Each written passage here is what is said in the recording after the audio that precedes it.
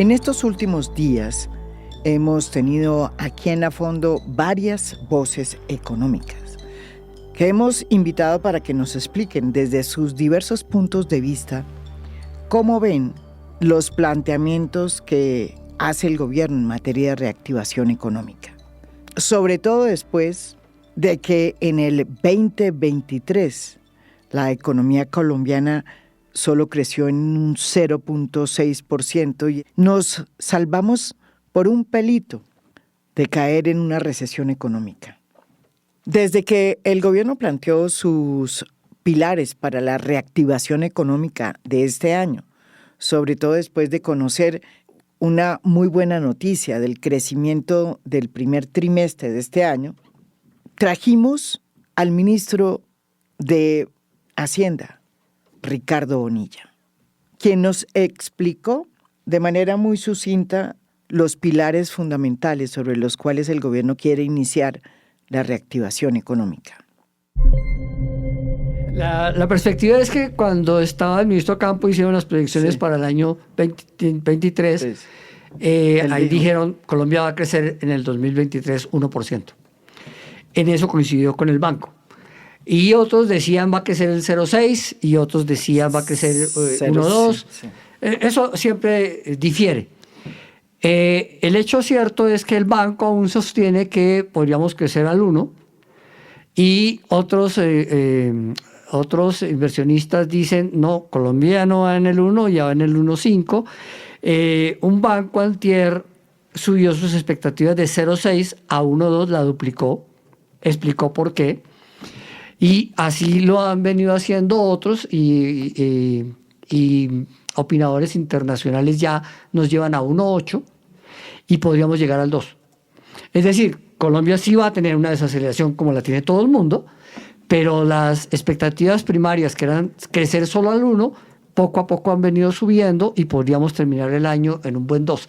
De hecho, el primer trimestre, las cifras del DANE dijeron que habíamos crecido 3. Eso está por encima de la expectativa. Sorprendió. Después invitamos al exdirector de Planeación Nacional, que estuvo en el gobierno hasta hace unos 4 meses. Nunca había dado entrevistas desde su retiro aparatoso. Él estuvo en A Fondo y se refirió a la necesidad de reactivar la economía. Y le recordó al presidente Gustavo Petro que en lugar de estar pensando en inversiones forzosas o en una nueva reforma tributaria por cerca de 12 billones de pesos, como la que está al borde de plantear, debería volver a mirar su Plan Nacional de Desarrollo, porque ahí tenía y tiene las llaves para reactivar la economía sin necesidad de presentar una nueva reforma tributaria. Hay un montón de debates del gobierno que no son los debates que se planteaban en el plan de desarrollo. Entonces hay como una asimetría.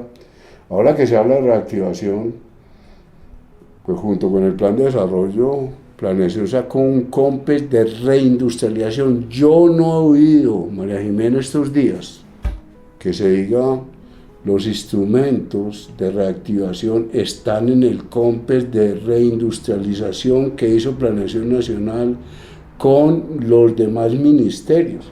Si se va a hablar de reactivación, yo diría, cojan el COMPES de reindustrialización y cojan los elementos sustantivos del plan de desarrollo. El presidente Petro dice, vamos a recuperar los acuerdos de La Habana. El tercer capítulo del plan de desarrollo, que nosotros le llamamos la tercera transformación, es el acuerdo de La Habana. Son todos los puntos del acuerdo de La Habana que pasan por el catástrofe multipropósito. Entonces, yo no entiendo por qué un proyecto, una ley tan potente, que como digo, no fue solo Planeación Nacional, fue un resultado de múltiples actores, no sea la brújula que esté orientando las decisiones del gobierno. También invitamos a otro técnico que se quedó, que todavía trabaja en el gobierno, en el Ministerio de Hacienda, que es nada más ni nada menos que José Roberto Acosta, director de Crédito Público del Tesoro. Es el funcionario que se encarga de cuadrar las finanzas públicas, de hacer los presupuestos y de ajustarlos cuando se descuadran. Es la persona que tiene que velar porque se cumpla la regla fiscal.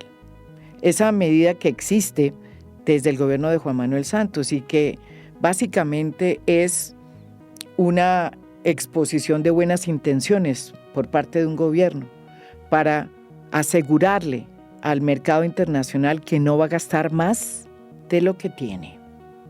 La tranquilidad que le da a cualquier colombiano tener a una persona como Acosta en ese puesto quedó muy clara en ese podcast, porque dijo que ni siquiera una llamada de Jesucristo podría cambiarle a él la hoja de ruta que tiene para cuidar las finanzas del Estado.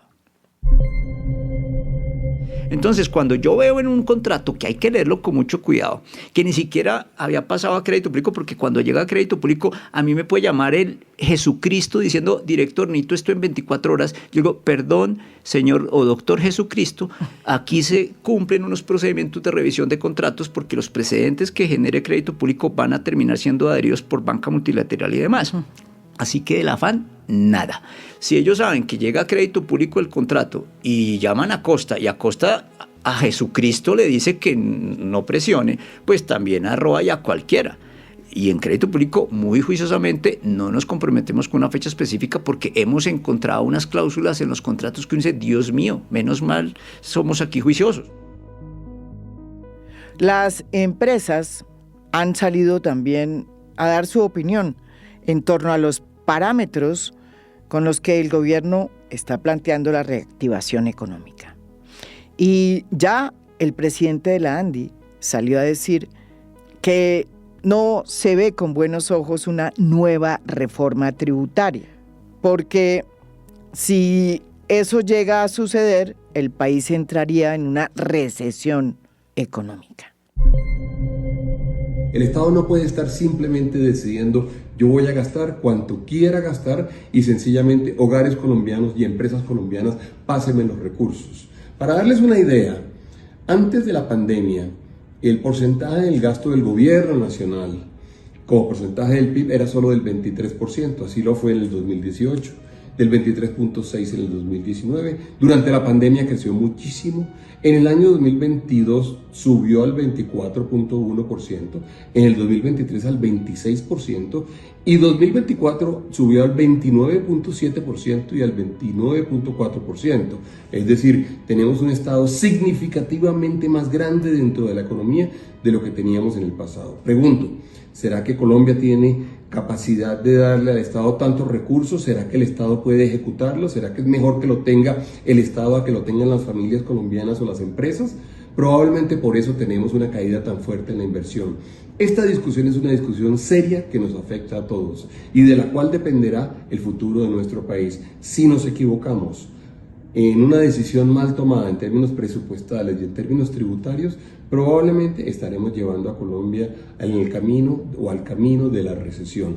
Mucho cuidado. Nuestro invitado de hoy es Bruce McMaster, presidente de la ANDI. Sí, María Jimena, yo lo primero que quisiera decir es que a mí me parece verdaderamente una buena noticia que el gobierno haya decidido finalmente preocuparse por la reactivación económica, porque es que estamos hablando de que efectivamente la actividad económica había caído importante, en forma muy importante desde el cuarto trimestre del año 2022, tercer trimestre del año 2022 ya teníamos una primera caída. Estamos hablando de que ya son 2 años, que es prácticamente todo el gobierno, en el cual la actividad económica había venido cayendo, primero a 2.1, luego a 2, luego a 0.3%, tuvimos un trimestre de menos 0.7%, tuvimos luego niveles que terminaron en el año 2023 en el 0.6% y nosotros no hacíamos más. Y recuerdo que vine aquí y yo estuve conversando con usted en ese momento, recuerda usted sobre el tema de construcción y salud, pero de construcción estábamos hablando en octubre del año pasado de que había que hacer algo. Entonces, el hecho de que el gobierno se esté preocupando por la Y reactivación... lo mejoró en vivienda, por lo Sí, menos y lo que lo enderezó. corrigió se demoró 1 año y medio para hacerlo, pero está tomando los correctivos. Entonces, el hecho de que se haya, de alguna forma, se esté preocupando por la reactivación económica, yo creo que es una buena noticia. Primer punto. Segundo punto. La reactivación económica, yo hago el ejemplo de como una persona que hay que reanimar. Cuando a alguien se le para el corazón y tiene un paro cardíaco y entonces llegan con esa máquina y le hacen como una reanimación, logran que viva inmediatamente. Pero si usted llega con esa reanimación 18 meses después, alguien que se le paró el corazón, pues seguramente la economía el cuerpo no va a reaccionar como la economía tampoco. Sí. Es decir, la reactivación hay que hacerla como una reacción inmediata a un problema que se está presentando. Por eso me preocupa que nos vayamos a demorar tanto. Y por eso incluso algunas de las medidas que están siendo planteadas a mí me parece que son o equivocadas o que son tardías. Pero debo ser justo en lo siguiente. La discusión pública se ha concentrado básicamente en la reforma tributaria y en el tema de las inversiones forzosas, y la verdad es que se está hablando de muchas otras cosas. De hecho, en Manizales hubo una gran cantidad de cosas interesantes. Por ejemplo, para el agro se hablaron de muchas cosas, se habló de muchas cosas, en construcción se habló de muchas cosas, ojalá en infraestructura también, ¿cierto? Nosotros inclusive firmamos hace poco con el INVIMA como un acuerdo marco para poder hacer que el INVIMA y apoyar que el INVIMA realmente pueda de alguna forma revivir en su dinámica de aprobaciones y en su dinámica que sea más rápida, porque Sí, porque tenemos un retraso de 30,000 licencias que no salen, que creo que ya vamos en este momento por 22,000, pero 22,000 licencias que no salen es verdaderamente un gran obstáculo para la economía. Entonces hay una gran cantidad de cosas que no han sido tan polémicas, que no han sido tan mediáticas, que se están haciendo, que yo creo que tenemos que apoyar. El catastro multipropósito, que para los que nos están escuchando significa que pues es la actualización del impuesto predial rural que hace por lo menos 60 o 70 años no se hace. Por ejemplo, eso hay que hacerlo relativamente pronto, hay que contratarlo, ojalá la contratación sea transparente, ojalá no tengamos problemas con esos contratos, y lo digo porque es que, claro, tenemos en este momento también preocupaciones respecto de corrupción, etcétera. Entonces, la conversación, digamos, como la plantea usted alrededor, hablemos por ahora, si quiere, de la tributaria. O de la ley de financiamiento, como lo Sí, porque se llama ley de financiamiento, pero es una tributaria. Realmente es una tributaria. Es una tributaria, y no sé si lo tiene como claro, ahora le cuento un poco como la historia de eso, pero yo creo que uno tiene que, para poder analizar eso, tiene que mirar qué es lo que ha pasado con el presupuesto general de la Nación de los últimos años. Cuando uno mira el crecimiento del presupuesto general de la Nación desde el año 2022 al año 2023, creció cerca del 20%, el 19.17%. Luego, entre el año 2023 y 2024, volvió a crecer el 20%, cerca del 19%. Es decir, en 2 años el presupuesto general de la Nación ha crecido 40% en términos nominales, pasando de 350 billones de pesos más o menos a 503 billones de pesos. Y estamos en una crisis fiscal, pues no es sorprendente. Cuando el Estado gasta mucho, por mucho que usted suba los impuestos, porque también, y eso es la segunda parte del análisis, ecuación. Por mucho que suba los impuestos, pues claro, llega un momento en el cual pues, los ingresos son menores que los gastos, y los gastos están desbordados. Luego súmele usted que Colombia ha tenido una reforma tributaria año 2019, una reforma tributaria año 2021, o una reforma tributaria año 2022. Y todas son estructurales, ¿no? Es decir, todas son como la última, ¿no? Siempre. Claro. Siempre van a cambiar el sistema tributario. Y la base impositiva, y la gente que paga impuestos y no sé qué. Y terminamos con que el año entrante ya necesitamos otra. O aquí nos han dicho que en este gobierno va a haber 2, lo cual sería pues bastante, además, increíble. Entonces, segundo elemento. Primero, el gasto ha crecido mucho. Segundo, hemos tenido 3 reformas tributarias en 4 años. Y tercero, que esto es muy importante decirlo, la economía está en un estado lamentable, en el sentido de que estamos creciendo muy poco, y estamos creciendo muy poco porque la inversión es baja, porque el consumo es bajo, porque la demanda es baja, porque los hogares están afectados, porque la inflación fue alta, la política monetaria restrictiva, muchas cosas están pasando. Entonces la pregunta que uno tiene que hacerse al final del día es si la economía colombiana realmente está en capacidad de asimilar un incremento en impuestos de 12 billones de pesos. Y yo debo decir que todos los cálculos que nosotros hemos hecho nos dicen que no, que no solamente no estamos en capacidad de aumentar el recaudo de impuestos o el pago de impuestos en 12 billones de pesos, sino que muy seguramente lo que va a haber es una recesión económica. O sea, muy seguramente. Claro, porque, porque usted le termina verdaderamente, lo que termina no haciendo con una reforma tributaria, digamos, palabras más, palabras menos. Es afectar. Es quitarle plata a los hogares, quitarle plata a las empresas y pasárselas al gobierno, para que el gobierno entonces se la gaste. Ahora, me acuerdo que yo discutía mucho con José Antonio Campo y él decía, sí, pero existe el multiplicador del presupuesto balanceado, que no es más que un nombre, digamos, para una teoría que existe, que dice que el dinero en manos del Estado es más eficiente que el dinero en manos de las familias y de las empresas, y que si uno le pasa dinero al Estado, la economía crece más. Bueno, yo le decía, eso sucede cuando uno tiene un Estado eficiente, cuando tiene un Estado transparente. Pero eso es cierto. Eso es cierto cuando el Estado funciona. En Colombia nunca se ha podido comprobar bien porque la calidad del gasto siempre ha sido muy, muy baja. Es decir, la forma como nos gastamos la plata no genera inversión, no genera empleo, no genera más actividad económica, sino generalmente lo que genera son unas condiciones, digamos, burocráticas mayores, algunos gastos mayores, gastos de funcionamiento mayor. Por esa razón tenemos una inmensa diferencia con esa medida y yo creo sinceramente que esa medida no solo no va a reactivar la economía, sino nos va a conducir muy probablemente a una recesión. Y ahí tenemos una situación supremamente peligrosa. Con la mano en el corazón, Bruce, ¿usted cree que el gobierno del presidente Gustavo Petro va a poder pasar, como están las cosas en el Congreso o con el Congreso, un paquete de 12 billones de pesos en la ley de presupuesto, es decir, una nueva reforma tributaria? Pero, ¿qué pasa entonces si el gobierno no consigue sus 12 billones que dice que necesita? Bueno, la solución es que el gobierno, como cualquier agente económico, entienda... Se ajuste ellos. Claro, entienda que si no tiene plata no se la puede gastar, como le pasa a cualquier hogar, a cualquier compañía, a cualquier persona. Imagínese usted un hogar colombiano que decide que va a aumentar el 20% sus gastos en el año 2023 y luego dice al año 2024, voy a volver a aumentar el 20% mis gastos. Y luego llega el año 2025 y dice, voy a volver a aumentar ahora en 20 billones de pesos adicionales el gasto. Pues llega un momento en que la realidad le demuestra que no tiene plata para tanto. Entonces el gobierno que tiene se gasta más de 500 billones de pesos al año. Este año fueron 503. 550. 503. Y está planteado para el año entrante 523. Eso es demasiado dinero para una economía como la colombiana y no tenemos ese Estado.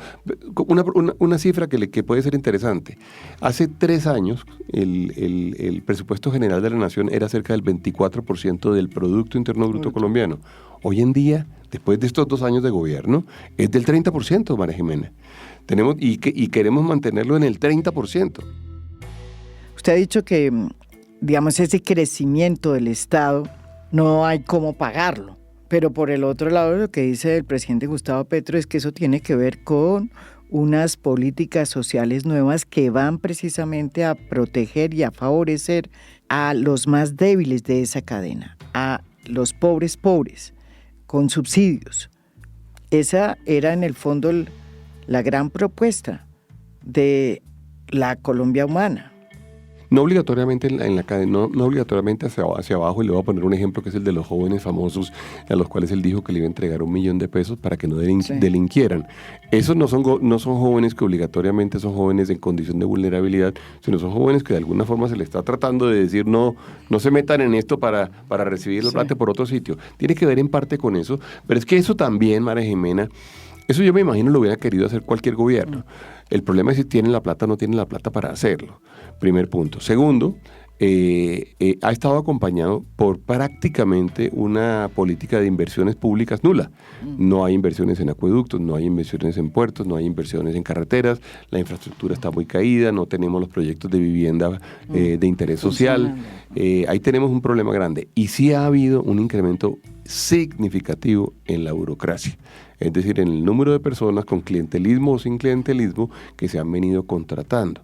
Usted sabe, nada más la creación del famoso Ministerio de la Equidad y de la Igualdad y muchísimos otros casos en los cuales hemos tenido crecimiento importante del Estado. De hecho, si usted ve las cifras que presentó el DANE la semana pasada, sí. En esas cifras lo que más creció fue agricultura, que es bueno, pero lo segundo que más creció fue el gasto del Estado y básicamente en gastos y impuestos públicos. Las encuestas de las que habla Bruce McMaster tienen que ver con un informe que acaba de sacar el DANE, que revela cómo se comportaron las actividades económicas durante el primer semestre del 2024 respecto al periodo anterior. Y la encuesta arrojó datos interesantes, optimistas. Por ejemplo, el Producto Interno Bruto presenta un crecimiento del 1.5% comparado con el año anterior. Y las actividades económicas que más contribuyen a dinamizar la economía fue la agricultura y las actividades artísticas, los conciertos y el gasto en defensa. Sin embargo, todas las demás, incluida la vivienda, bajaron sustancialmente. Todo decreció con excepción del entretenimiento, que también creció. Bueno, en Colombia efectivamente, y eso sí todos somos testigos de eso, se está gastando más dinero en conciertos, en espectáculos, eso es verdad, y eso pues es como una tendencia mundial después de la pandemia. Pero después de eso, el comercio cae la industria, cae el sector financiero, cae inclusive el sector servicios, cae el sector turismo, y eso no lo podemos olvidar. Porque es que, entre otras cosas, María Jimena, por muy loables que sean esas políticas públicas, tenemos que hacerlas en un entorno sostenible. O sea, tenemos que poder pagarlo hoy, tenemos que poder pagarlo el año entrante, tenemos que poder pagarlo dentro de 10 o dentro de 15 años. Esas políticas todas tienen que estar enmarcadas en una economía que funcione, claro, una economía que produzca. En esas cifras del DANE crece la agricultura. Sí, crece el 8% y es buenísimo. Es buenísimo. Esa es la mejor noticia de todas realmente. Bruce, quería preguntarle pues por lo que plantea precisamente el plan de desarrollo, que es la hoja de ruta que tiene el gobierno del presidente Gustavo Petro, entre otros para reactivar la economía. Ahí se hablaba de la necesidad de impulsar la agroindustria como motor para transformación de los territorios. ¿Cómo va ese rubro? Sí, ahí no hemos llegado todavía a eso, estamos por ahora en el agro. En el agro, no sí. ha habido tanto crecimiento todavía de la industria, inclusive yo creo que perdimos un poco de tiempo y algunas oportunidades, por ejemplo, toda esa discusión inmensa de la ministra Jennifer Mujica con la Federación de Cafeteros. María Jimena, hubiera habido una oportunidad de oro que no se implementó, y era la de fertilizar los cafetales después de la cosecha la primera cosecha del año. Era muy barato hacerlo, era muy fácil hacerlo, y decidieron que porque no lo querían hacer a través de la Federación de Cafeteros, una decisión política tontísima. Porque al final quien terminó pagando esto fueron los cafeteros. Dicen ellos que si hubiéramos fertilizado en ese instante, probablemente la cosecha del año entrante es una cosecha que hubiera sido el 10 o el 20% mayor. Y eso son de las oportunidades que hay que aprovechar. Entonces sí, es verdad, en el tema de alimentos está muy acompañado por el hecho de que en el mundo el precio de los alimentos creció significativamente en prácticamente todos los rubros, y eso generó un incentivo importante, digamos, a mayores siembras y a mejores ventas. Eso hay que celebrarlo, porque entre otras cosas, claro, el campo colombiano, allá sí que hay una vulnerabilidad inmensa en términos de la gente y en términos de pobreza, de manera que ese pedazo hay que celebrarlo. Y yo creo que la oportunidad que yo sí creo existe, que es de volver eso, además, agroindustria, para volverlo, digamos, que productos con mayor valor agregado, que está en el plan. Eso lo diseñó Jorge Iván González, y además yo estuve completamente de acuerdo con eso. A mí me parece que tiene que ser un objetivo, y yo creo que es una de las oportunidades que Colombia tiene. Usted estuvo también en el foro de Manizales, un foro que el gobierno presentó con bombos y platillos, como la oportunidad para presentarle a los empresarios, casi que de manera mancomunada, las bases para iniciar la reactivación económica. Sin embargo, ¿qué fue lo que pasó, doctor Bruce? Porque finalmente no hubo un acuerdo. La idea era firmar un documento en el que la empresa privada y el gobierno se comprometían a sacar adelante, entre otras, las famosas inversiones forzosas. Para no hablar del temita que quedó ahí en salmuera de la nueva reforma tributaria que iba o que va por 12 billones de pesos. Uno, digamos, no puede ver lo de Manizales sin ver algo que había hecho el Consejo Gremial 15 días antes. Nosotros habíamos hecho el primer encuentro, lo hicimos aquí en Corferias, en Ágora, con el Gobierno Nacional. Allá estuvo la doctora Laura Sarabia, estuvo el ministro de Hacienda, estuvo el ministro de Minas, hubo varios ministros allá con nosotros, de obras, bueno, en fin. Pero quien habló fue Laura. Y el ministro Bonilla también habló por la tarde. Ella habló por la mañana, que fue cuando dijo que ¿recuerda usted esa frase cuando dijo que los empresarios eran los grandes aliados del gobierno? Que a mí me parece que es una buena noticia. Yo estaba esperando oír palabras de esas desde hacía 2 años, lo dijo. Y yo diría que allí hicimos ese primer ejercicio en donde además planteamos como cuáles podían ser, digamos, los capítulos sobre los cuales podíamos trabajar. Entonces, en Manizales lo que hubo fue como una serie de capítulos por temas.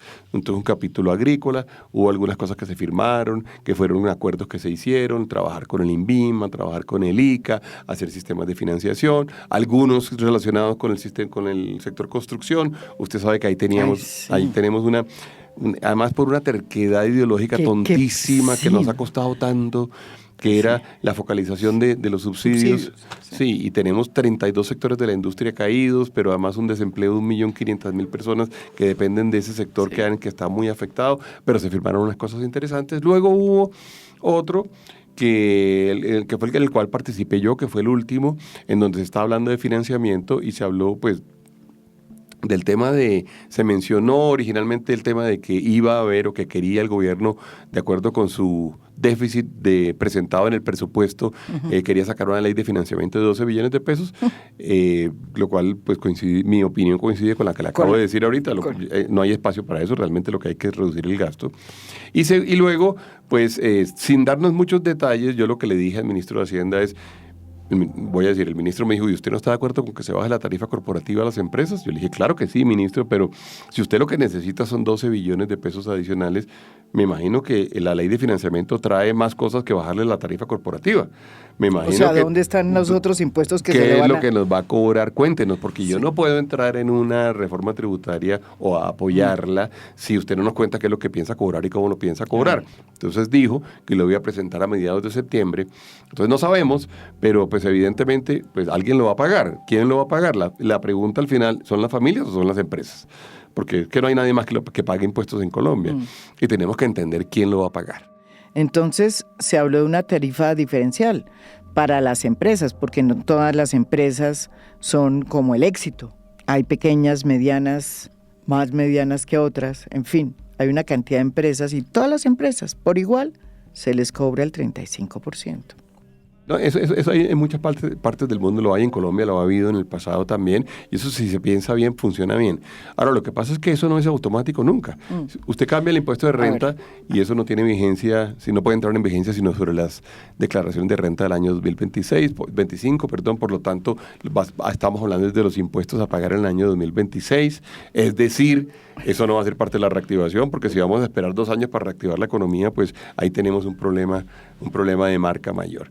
Entonces, finalmente ahí no firmamos un acuerdo. Entonces dijimos, yo con mucho gusto y mis colegas que estaban allí, estaba el representante del BID también en el Ramiro López, estaba en el panel, y dijimos, bueno, cuando lo presenten lo vemos, pero con el inmenso riesgo que vemos de que una nueva reforma tributaria pueda conducirnos a una recesión, todo lo contrario de lo que se ha pensado. Y luego vino el discurso del presidente. Y el discurso del presidente pues sí terminó siendo una cosa pues muy sorprendente, porque lo primero era que como que él no estaba muy enterado de lo que habíamos conversado, porque preguntaba y no sé si hablaron esto hoy o si lo hablaron, le preguntaba a sus personas de confianza que sí lo habían tocado el tema, si no lo habían tocado, y luego se concentró en el tema de las inversiones forzosas y en el tema también de la ley de financiamiento, que bueno, que eso abre otra discusión que inmensa. Que ni siquiera está en el plan de desarrollo. Que no está en el plan de desarrollo, que ha sido en muchos otros países del mundo considerado como muy inconveniente, que en Colombia es cierto que existen hoy en día, pero... Y que no ha sido tampoco muy eficaz. No ha sido muy eficaz. En el agro. Y sobre todo, como lo decía yo en un videito que publiqué en mis redes, que sobre todo hay soluciones muchísimo más sencillas para lo mismo. Y le quiero decir, si uno quiere...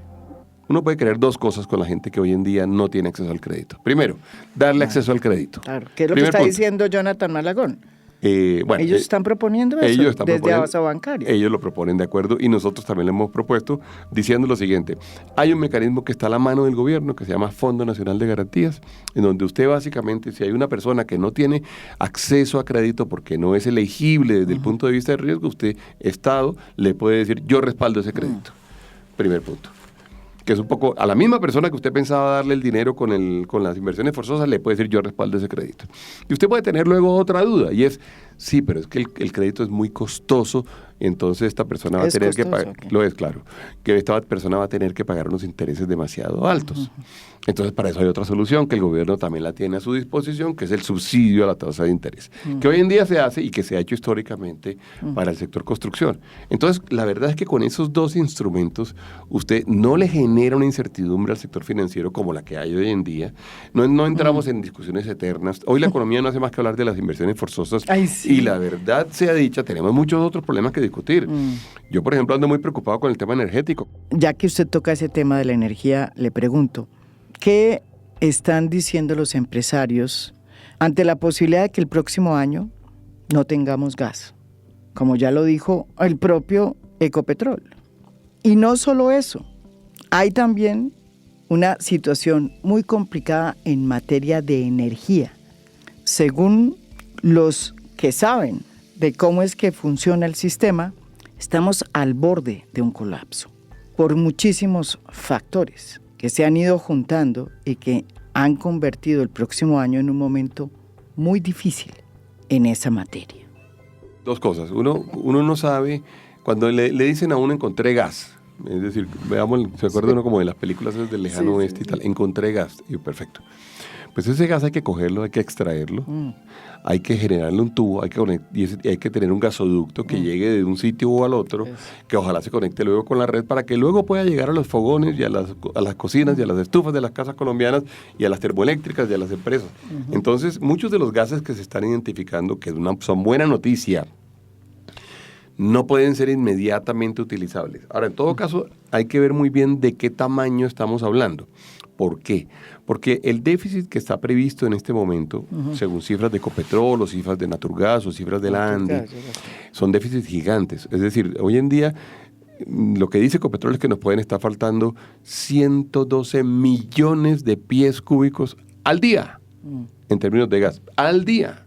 Bueno, nosotros hemos sido un poquito menos alarmistas, digamos, estamos un poco menos alarmados y hablamos de 83 millones de pies cúbicos diarios, que eso es el 8% de lo que se consume en Colombia. Esa misma proyección nos dice que durante el año 2026 ese déficit ya no va a ser de 80 millones de pies cúbicos, sino de 250 millones de pies cúbicos al día. Entonces la pregunta es ¿de dónde lo vamos a sacar? ¿Y por qué estamos en estas? Es la pregunta, porque es que lo hemos preguntado, lo llevamos diciendo también 2 años. ¿Por qué estamos en estas y además encontramos gas hace poco por ahí en el Atlántico? Encontramos en el Atlántico, encontramos en Magdalena Medio había gas también. ¿Y por qué no lo estamos extrayendo? Es que eso cuesta. Porque eso tiene que ver con muchas cosas, María Jimena. El mundo de los hidrocarburos, incluyendo el gas natural, tiene que ver con hallazgos. O sea, los países hacen esfuerzos por buscar y a veces encuentran y a veces no encuentran. Entonces, pero ¿qué es lo que define eso? Una palabrita que además en un momento se volvió prohibida en Colombia, que es el tema de la exploración petrolera.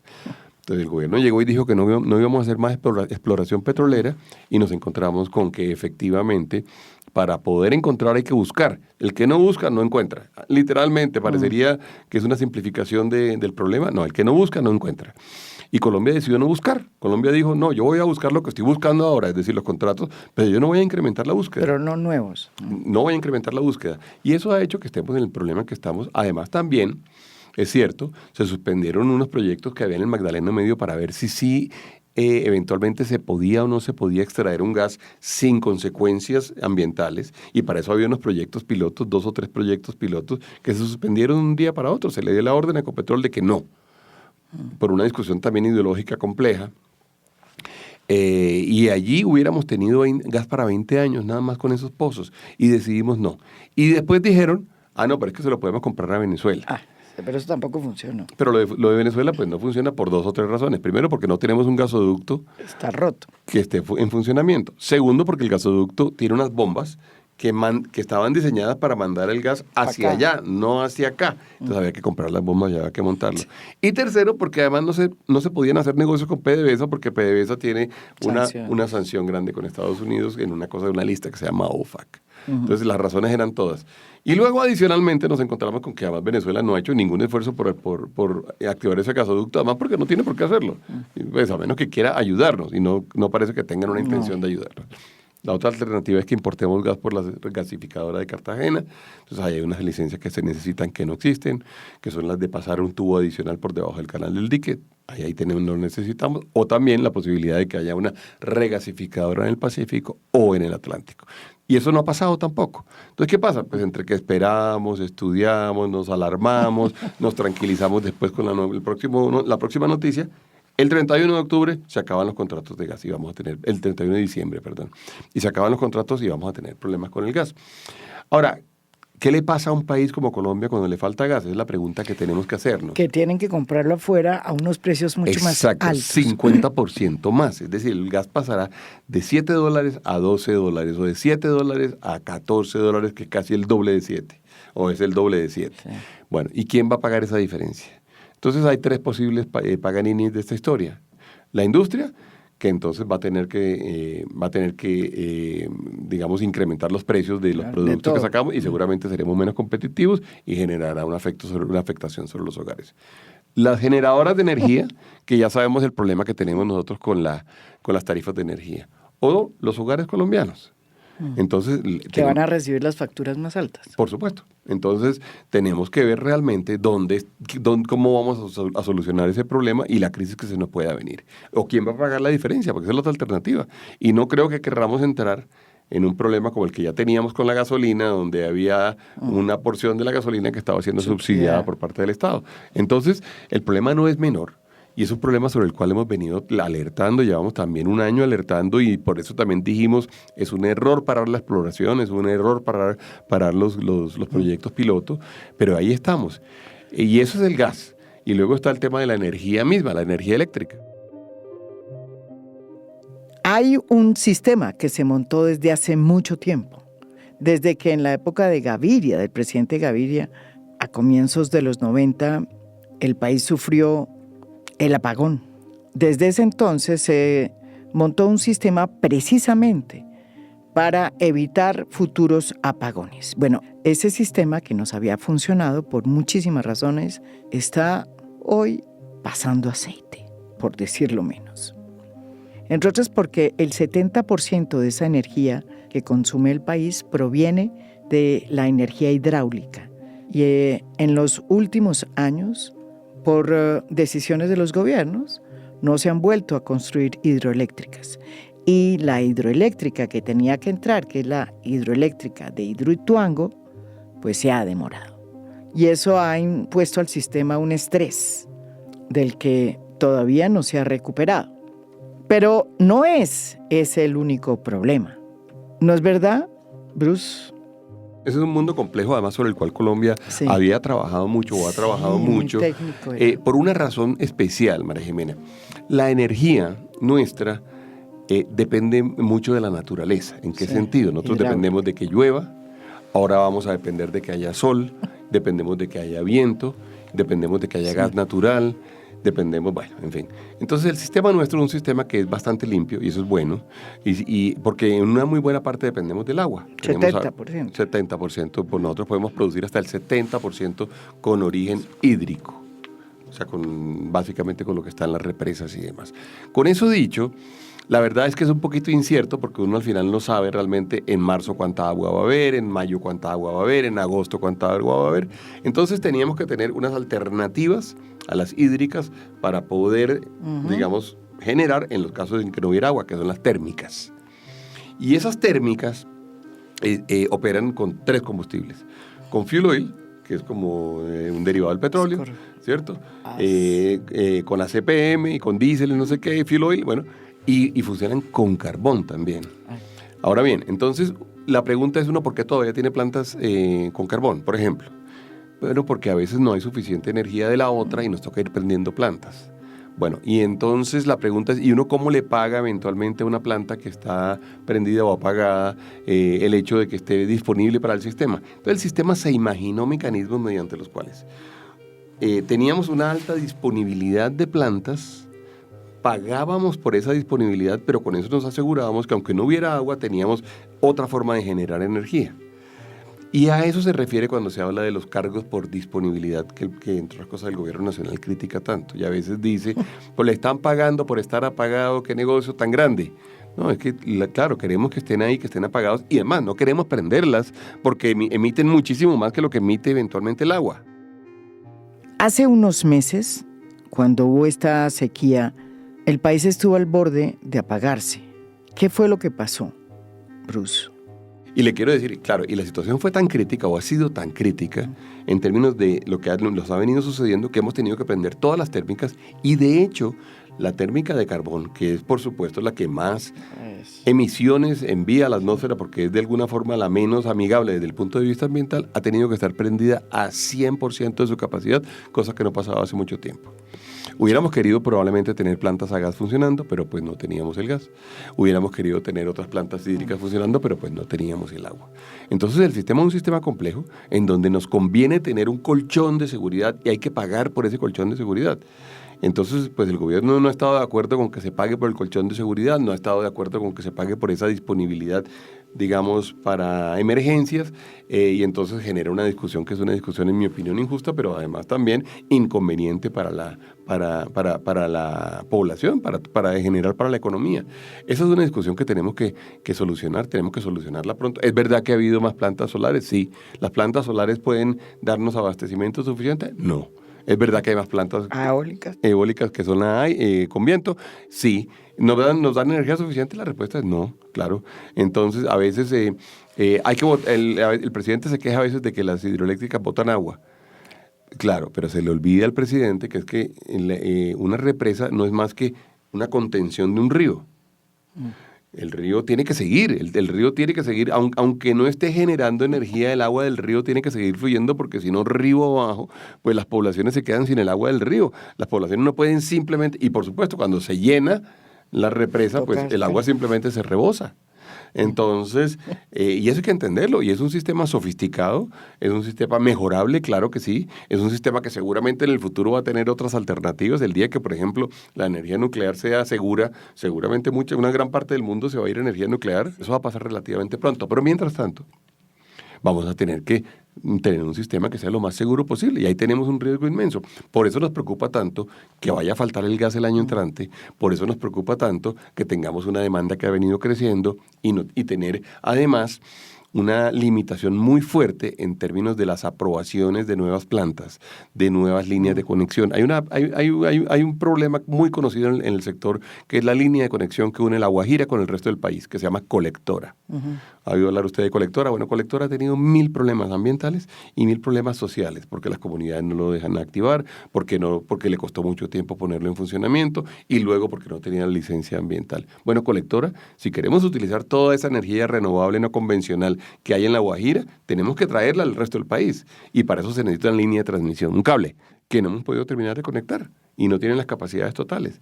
Esos son el tipo de problemas que tenemos, que yo creo que es donde nos tenemos que concentrar. ¿Usted qué le diría hoy al presidente Gustavo Petro cuando le faltan 2 años de gobierno?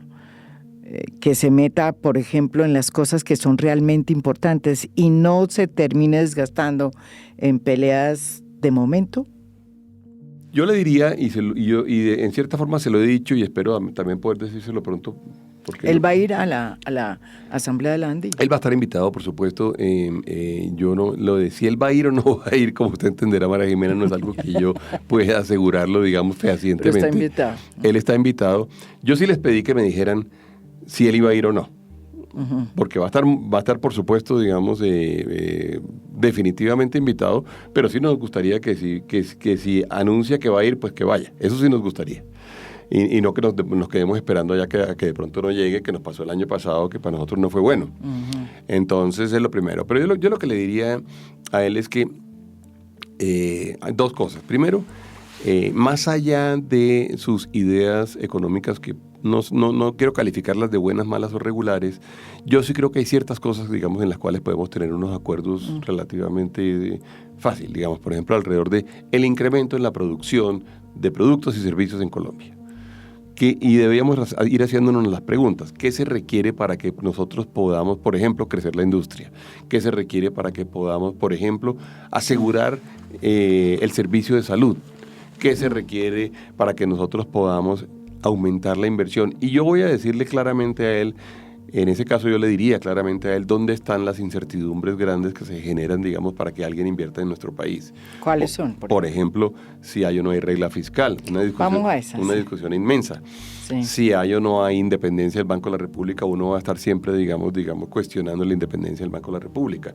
Si las reglas generales de cada uno de los sectores se van a mantener o tenemos el riesgo de que de pronto le cambien las reglas.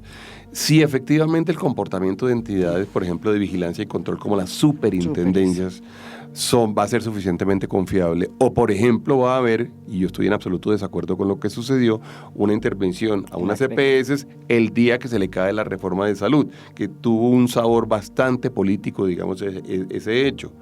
Si va a haber o no va a haber en un momento dado, por ejemplo, intervención de tarifas en servicios públicos. Es decir, nosotros tenemos que, uno no puede estar generándole, entre comillas, amenazas o incertidumbre a los sectores y al mismo tiempo diciéndoles que inviertan. Pero mire que usted enumeró dos cosas que yo creo que funcionan. La regla fiscal, el presidente hasta ahora ha respetado la regla fiscal. Sí, así es. Y lo segundo, las tasas de interés del banco, o sea, son unas tasas... Claro, que eso es de las pocas cosas que no depende del gobierno. Que demuestran una independencia, o sea, yo no sé usted si hubiera sido ministro, si usted no le dice, oiga, bajen esas tasas. No, que no sé si usted se acuerda, María Jimena, yo me senté con el ministro Bonilla y con Jonathan Malagón, mi colega de Asobancaria, un día en una rueda de prensa y le dijimos al Banco de la República, nuestra recomendación, el ministro de Hacienda probablemente no se lo puede decir tan directamente, pero nuestra recomendación al banco es acelere la reducción de las bajas de las tasas de interés. Ahora, nosotros lo hemos dicho. O sea, es una independencia, hay una independencia. No, esa independencia existe, pero permanentemente se cuestiona esa independencia. Y cuestionarlo desde el Ejecutivo no es bueno. Entonces, y criticar al Banco de la República no es bueno. Es decir, la relación entre el Ejecutivo, porque es que además el presidente de la Junta del Banco de la República es el ministro de Hacienda, ¿no? Sí. Entonces, eso yo diría que genera incertidumbre.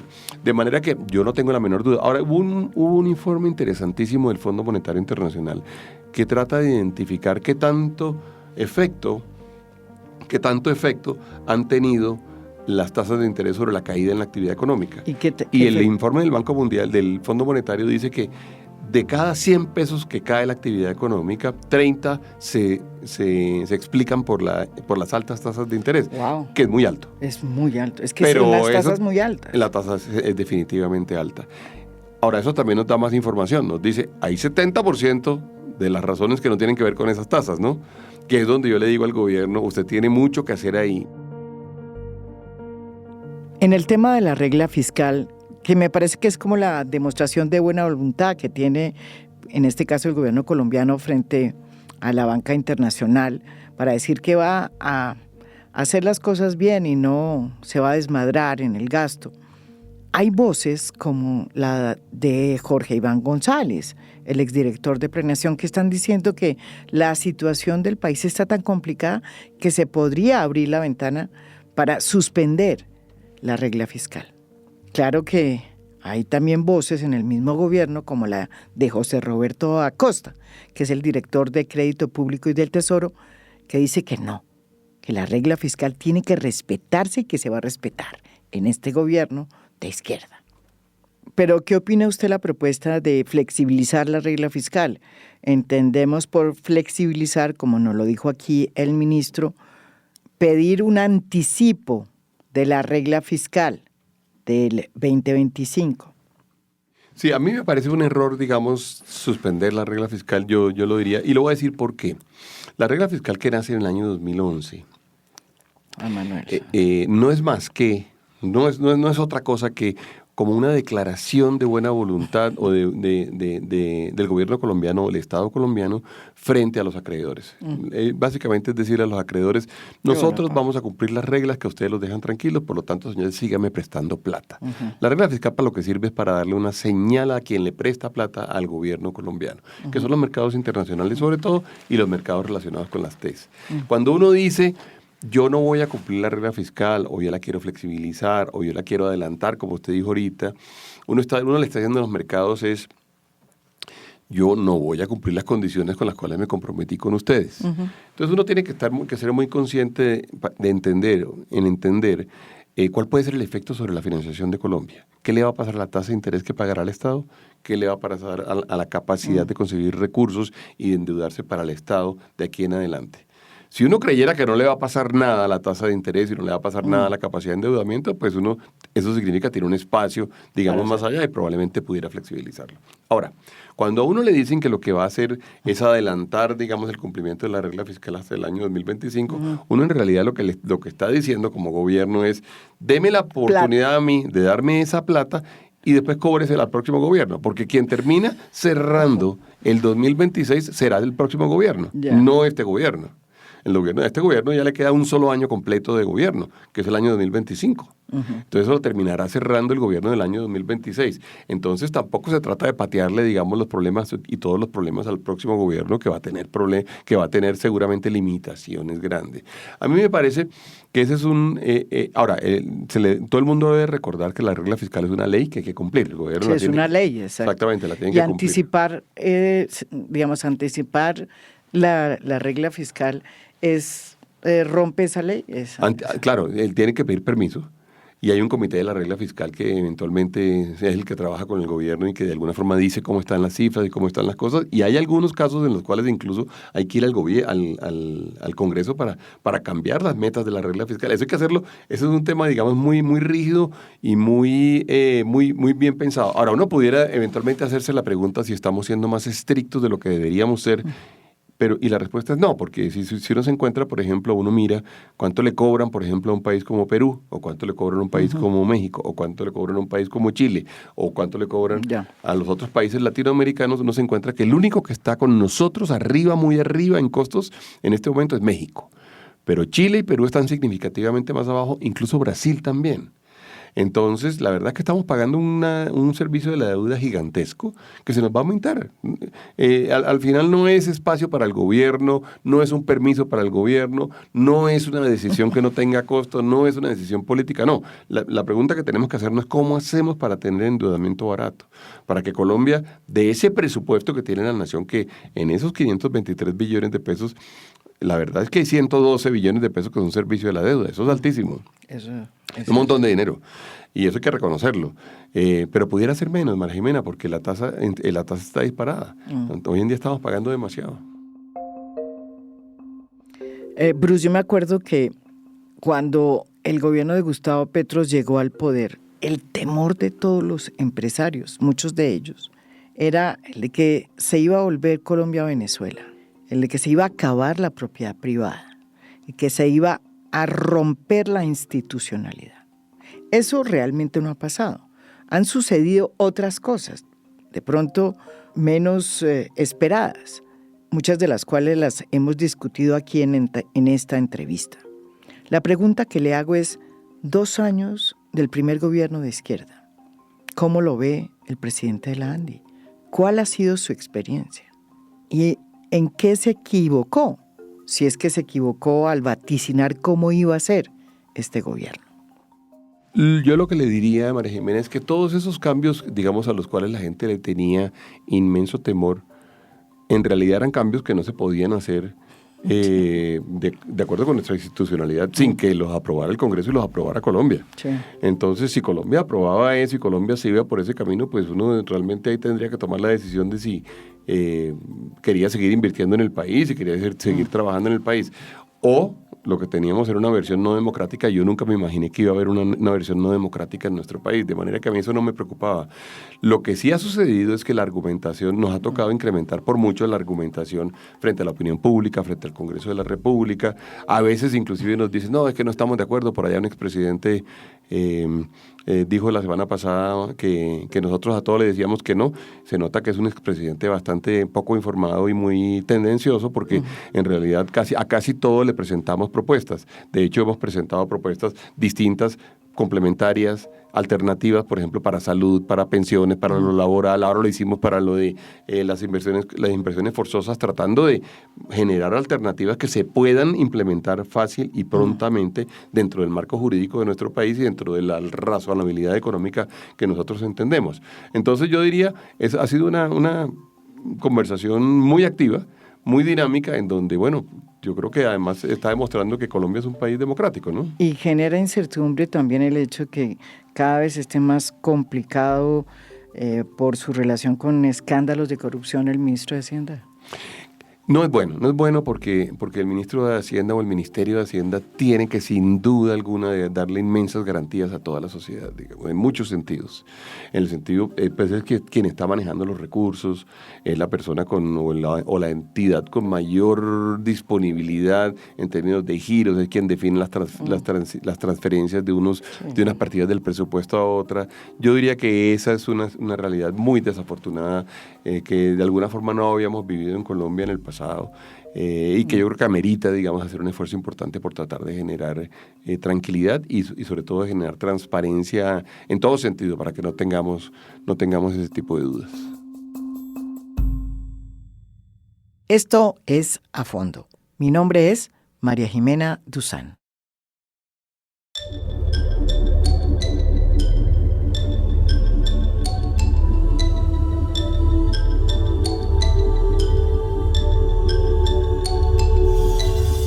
A Fondo es un podcast producido por Mafialand.